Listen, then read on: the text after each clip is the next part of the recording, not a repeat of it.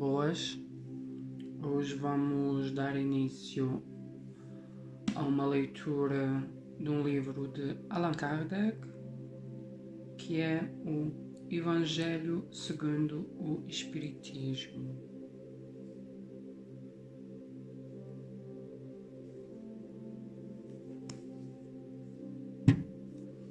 Deixa eu ver. Vai ficar aqui.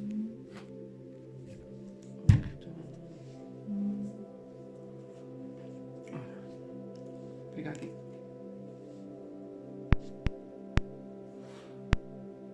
O Evangelho segundo o Espiritismo. Que neste livro diz que, contendo a explicação dos ensinamentos morais do Cristo, sua concordância com o Espiritismo e sua aplicação às diversas situações da vida.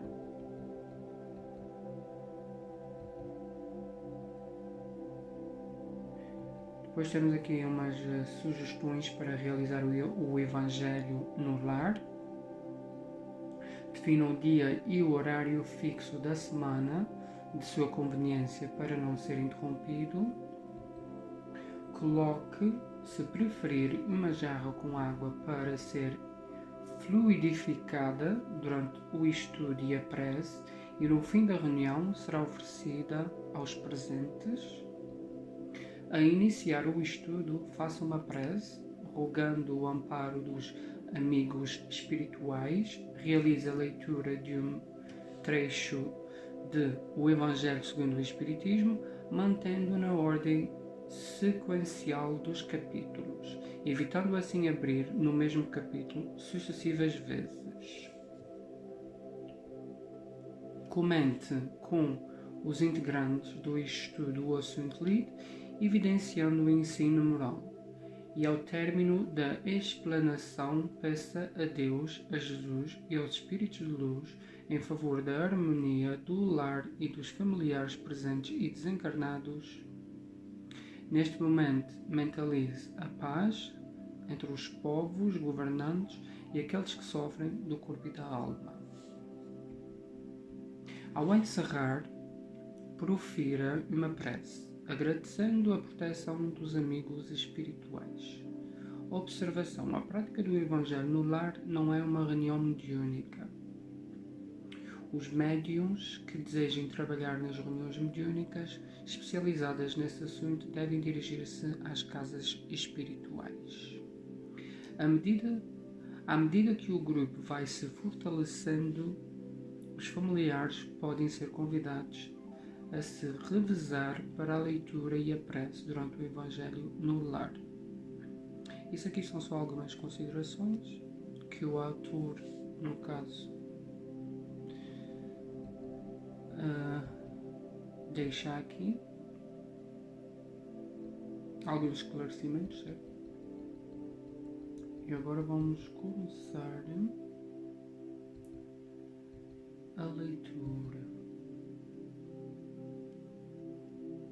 Temos aqui o prefácio. Os Espíritos do Senhor, que são as virtudes dos céus, como um imenso exército que se movimenta ao receber a ordem de comando, espalham-se por toda a face da terra. Semelhantes às estrelas cadentes, vêm iluminar o caminho e abrir os olhos aos cegos. Eu vos digo, em verdade, que são chegados os tempos em que todas as coisas devem ser restabelecidas no seu verdadeiro sentido, para dissipar as trevas, confundir os orgulhosos e glorificar os justos.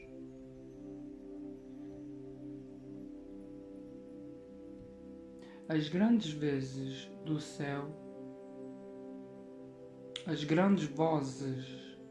céu ressoam como o toque da trombeta, e os coros dos anjos se reúnem.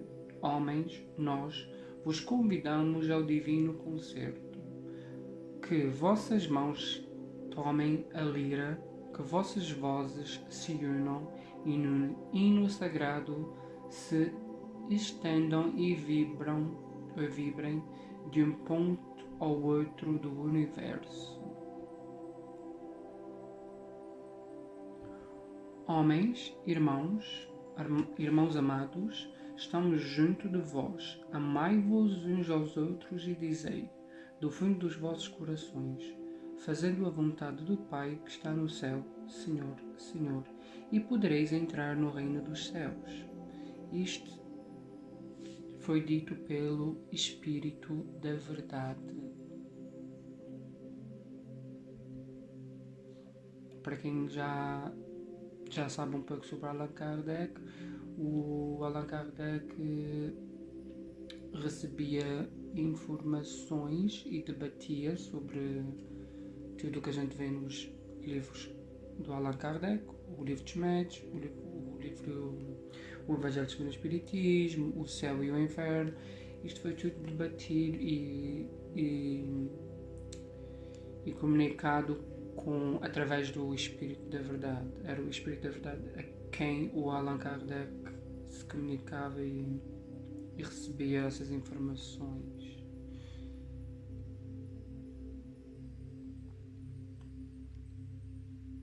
Pronto, agora vamos dar o início aqui. Introdução. Primeiro, objetivo desta obra. Podemos dividir os assuntos contidos nos Evangelhos em 5 partes.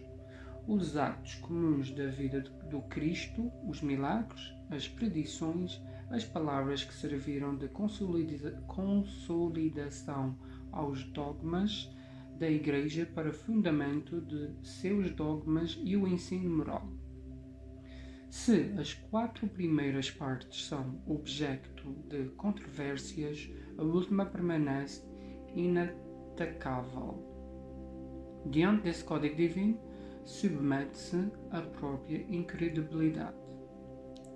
É o terreno em que todos os cultos se encontram, a bandeira sobre a qual todos podem abrigar-se, sejam quais forem as suas crenças, pois ela nunca se fez objeto de disputas religiosas, sempre e por toda a parte levantadas pelos dogmas.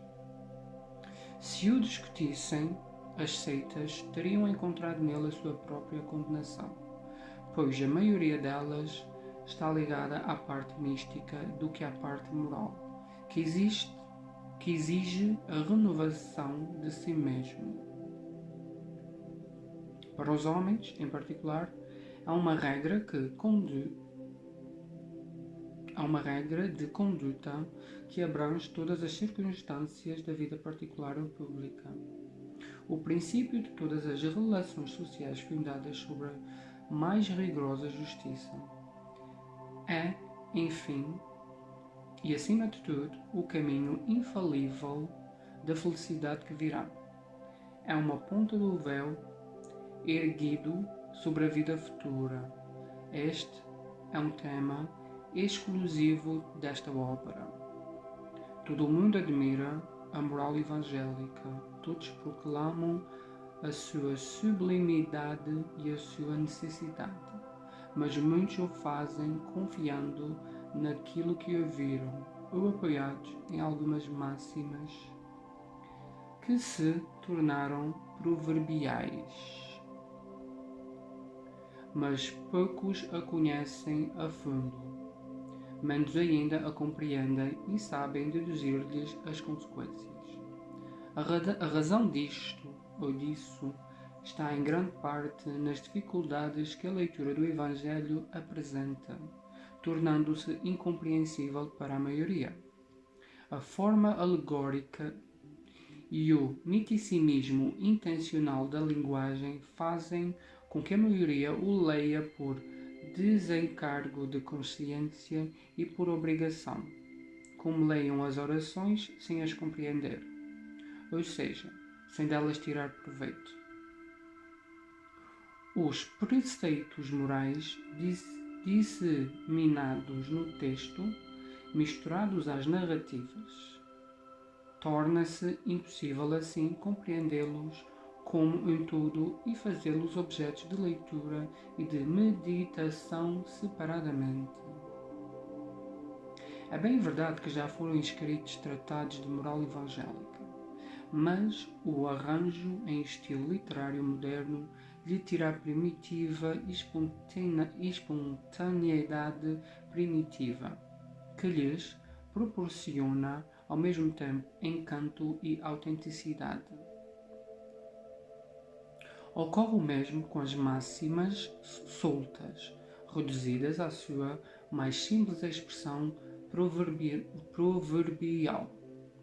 Não são mais do que aforismos, que perdem uma parte do seu valor e do seu interesse pela falta de complementos e das circunstâncias em que foram transmitidas.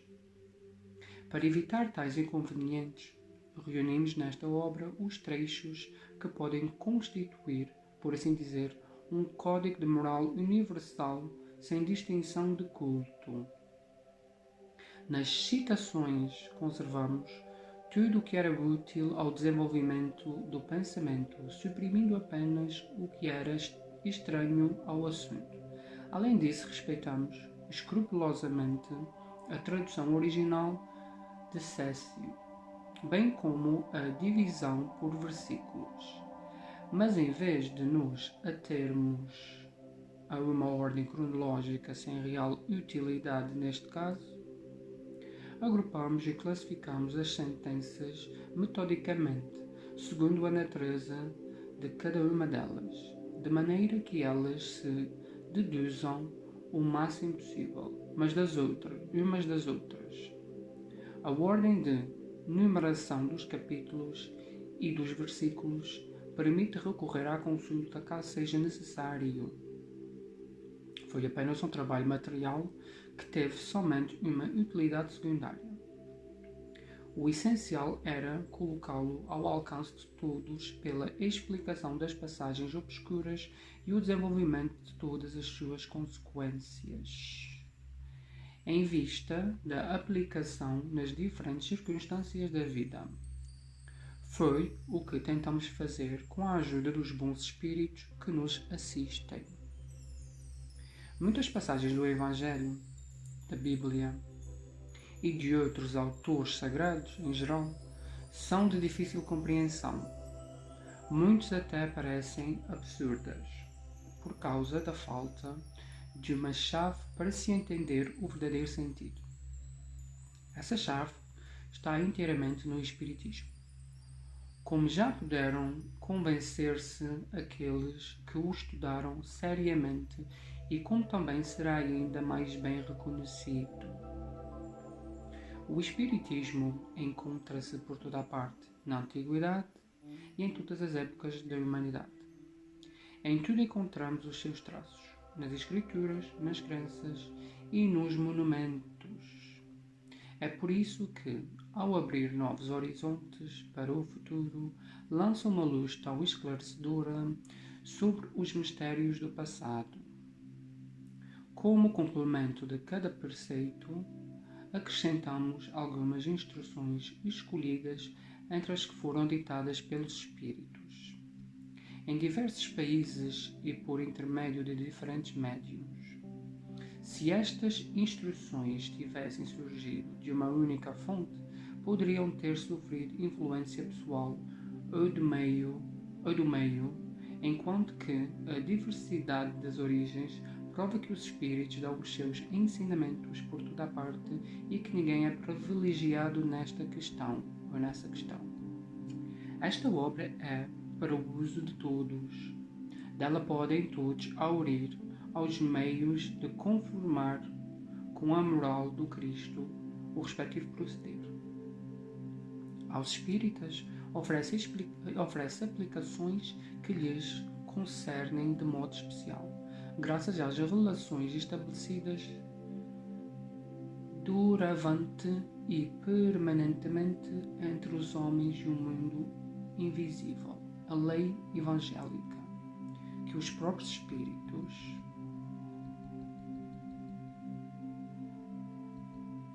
ensinaram a todas as nações. Já não será letra morta, porque cada um a compreenderá e se verá incessantemente compelido a pô-la em prática, o conselho de seus guias espirituais.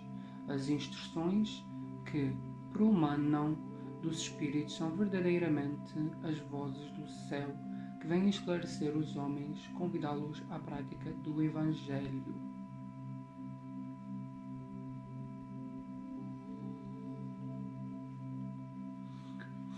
Poderíamos, sem dúvida, dar, sobre cada assunto, outras comunicações obtidas em um grande número de outras cidades e centros espíritas, além daqueles que citamos, mas devemos, antes de tudo, evitar a monotonia das repetições inúteis e limitar nossa escolha às que, pelo conteúdo e pela forma, se enquadrem mais especialmente no plano desta obra, reservando para as publicações posteriores as que não foram aqui incluídas.